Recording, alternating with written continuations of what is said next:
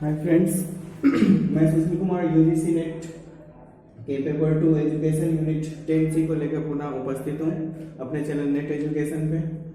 आज unit C में हम समावेशी कक्षाओं के नियोजन एवं प्रबंधन की बात करेंगे। इससे पहले इंक्लूसिव एजुकेशन के हमने सारे सिस्टम को देखा है। अब हमें यह देखना है कि इसके प्लानिंग क्या है, समावेशी शिक्षा को कैसे प्लान किया जाए ताकि वो अच्छा प्लान दे और अच्छा एम अचीव कराए और हमारा जो उद्देश्य है इंक्लूसिव एजुकेशन के लिए वो हमें फुलफिल करें।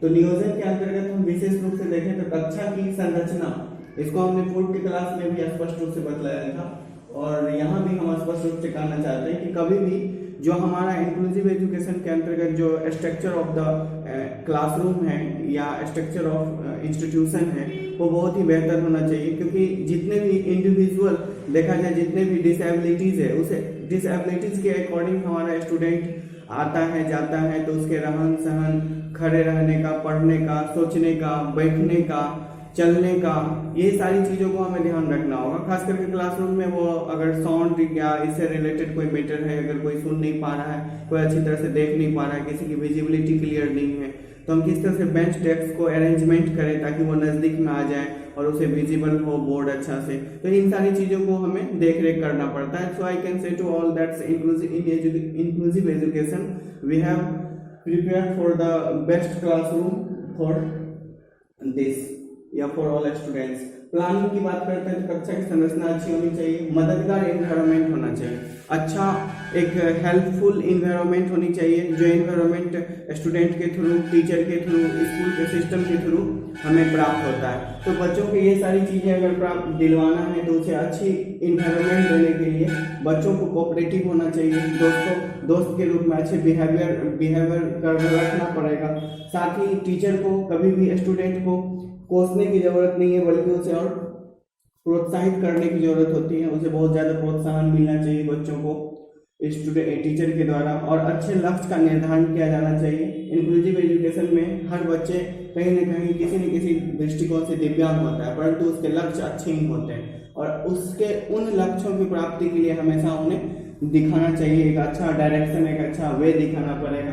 अच्छी मूल्यांकन प्रणाली भी होनी चाहिए। इंक्लूसिव एजुकेशन के जो मूल्यांकन प्रणाली है वो परसेंटेज या मार्किंग को लेकर उसके स्थान पर वहाँ अगर ग्रेडिंग सिस्टम किया जाए तो सभी ठीक रहे, क्योंकि कम मार्क्स आने से डिमोटिव होता है स्टूडेंट। अगर मार्क्स को ग्रेडिंग में लिया जाए तो ज़्यादा डिमोशन नहीं होगा, स्टूडेंट अपने अचीवमेंट के लिए अग्रसर भी होता रहेगा। और तकनीक और संसाधन की जब हम बात करते हैं तो जितने भी क्लासिकल टेक्निक हैं या रिसोर्स हैं, उसके बदले जो भी न्यू मॉडर्न जो रिसोर्स है, मॉडर्न टेक्निक, आईसीटी का यूज, ये सारी चीज़ों पे हमें ध्यान देना होगा। तो हमारा जो प्लानिंग होना चाहिए ओवरऑल वो अच्छी संरचना वाली कक्षा होनी चाहिए, एक हेल्पफुल इन्वायरमेंट होनी चाहिए, एक गुड एम होनी चाहिए और एक अच्छी इवैल्यूएशन सिस्टम होनी चाहिए और हमारी टेक्निक्स, रिसोर्स एंड टूल्स भी अच्छी होनी चाहिए।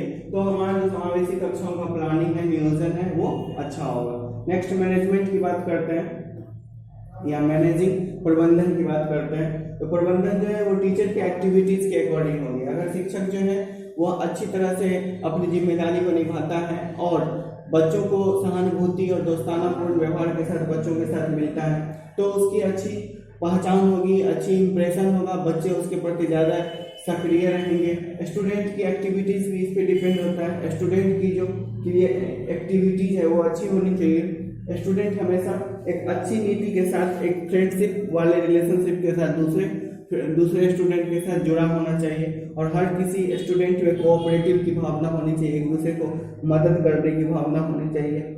और कोई भी बच्चा किसी दूसरे दिव्यांग को देखकर वो कोसता नहीं हो या इस तरह की कोई बातें नहीं करता हो, इसे हमें ध्यान रखना होगा। स्कूल सिस्टम की बात करें तो हमारे स्कूल का जो सिस्टम है, एजुकेशनल सिस्टम, वो अच्छा होना चाहिए। हार्ड कोई रूल रेगुलेशन नहीं होनी चाहिए, फ्लेक्सिबिलिटी होनी चाहिए पॉलिसीज में, रूल रेगुलेशन में। फैमिली कोऑपरेशन की बात है तो हमारे मैनेजमेंट के अंतर्गत अगर हम फैमिली का अच्छा सपोर्ट हो जाता है, माता पिता का, खास करके पेरेंट्स का अच्छा सपोर्ट होता है, भाई बहन और आसपास के लोगों का अच्छा सपोर्ट होता है, तो फैमिली एंड कोऑपरेशन के अनुसार जो बच्चे होते हैं वो ज़्यादा डेवलप करते हैं, क्योंकि बच्चों को प्यार चाहिए और वो प्यार फैमिली से ज़्यादा बेहतर, अच्छा और कोई नहीं दे पाता। पीयर्स हेल्थ की बात करें, जो सहकर्मी है या उसके साथ पढ़ने वाले जो है उसकी हेल्थ की बात करें तो वो हमेशा हेल्पफुल इन्वायरमेंट अगर क्रिएट करेगा या रखेगा तो बच्चा ज़्यादा से ज़्यादा सीखने की कोशिश करेगा। अगर उसके जो पीयर्स हैं, साथ साथ पढ़ने वाले सहकर्मी कलीग्स जो हैं, वो अगर अच्छा इन्वायरमेंट या उसकी समझ को नहीं समझता है, उसकी बातों को, उसकी वैल्यू नहीं दे रहा है वो अपने दोस्तों का, तो फिर इस तरह से वो एजुकेशन सिस्टम उसकी अच्छी नहीं हो जाएगी। तो मैनेजमेंट के अंतर्गत हमें पीयर्स के हेल्प की भी देखना होगा, उसे बनाए रखना होगा।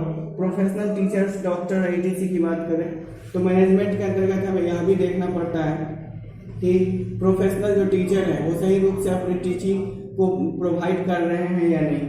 अगर डॉक्टर है वो साइकोलॉजिकल डॉक्टर, जो भी साइकेट्रिस्ट सब होंगे, जो ऐसे बच्चों को, जो डिसेबल बच्चों के लिए थोड़ी देख रेख या जांच पड़ताल या मनोचिकित्सक जो भी होंगे वो कर रहे होंगे, तो ऐसे डॉक्टर, ऐसे टीचर की जिम्मेदारी जो है वो अच्छी है या नहीं बच्चों के प्रति।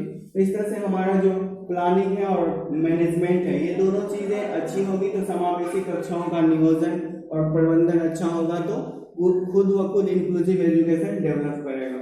नेक्स्ट पॉइंट है हमारा एडॉप्टेशन। एडॉप्टेशन के लिए भी हमारे टीचर की टेक्निक, पढ़ाने की तरीका और पढ़ाने की टूल्स और ICT का उपयोग और एक एजुकेशनल प्लान, एक इंडिविजुअल अर्थात एक खुद की व्यक्तिगत एक शैक्षणिक व्यवस्था अच्छी होनी चाहिए। ये सारी चीजें अगर दिया जाए क्लासरूम में और किसी भी स्कूल में, किसी भी इंस्टीट्यूशन में प्रोवाइड कराया जाए कि अच्छे टेक्निक, अच्छे टूल्स और ICT का उपयोग और एक इंडिविजुअल एजुकेशनल प्लान, तो कोई भी बच्चा एडॉप्ट कर जाएगा, अनुकूलता बच्चे में आ जाएगी, बच्चे एजुकेशन के प्रति सक्रिय हो जाएंगे। तो और role of the parents, peers, friends, school environment की बात करें, ये भी हमारे यूनिट का एक पार्ट है। तो इन सभी मैनेजमेंट के अंतर्गत हम इन सभी चीज़ों को पढ़ चुके हैं, जहाँ पे पीयर्स का रोल, पेरेंट्स का रोल और फ्रेंड्स का रोल और स्कूल इन्वायरमेंट्स का रोल बच्चों के डेवलपमेंट के लिए इंक्लूसिव एजुकेशन में बहुत ही यूजफुल है। तो इनके पेरेंट्स अच्छे होने चाहिए, प्यार करने वाले होने चाहिए, केयर करने वाले होने चाहिए, सहकर्मी की सहायता होनी चाहिए, सहकर्मी अच्छा सहयोग देने वाला होना चाहिए, दोस्त जो होना चाहिए वो हमेशा केयरफुल होना चाहिए, और स्कूल की एनवायरनमेंट एक फ्लेक्सिबल रूल रेगुलेशन के साथ स्कूल का एनवायरनमेंट होना चाहिए, जहाँ अच्छे प्यार, सहानुभूति और दोस्ताना व्यवहार के साथ टीचर भी बच्चों के साथ बिहेव कर रहा हो। इस तरह से हमारा इंक्लूसिव एजुकेशन इन बेस पे, इन मैनेजमेंट, इन प्लानिंग पे डेवलप करेगा। Thank you friends.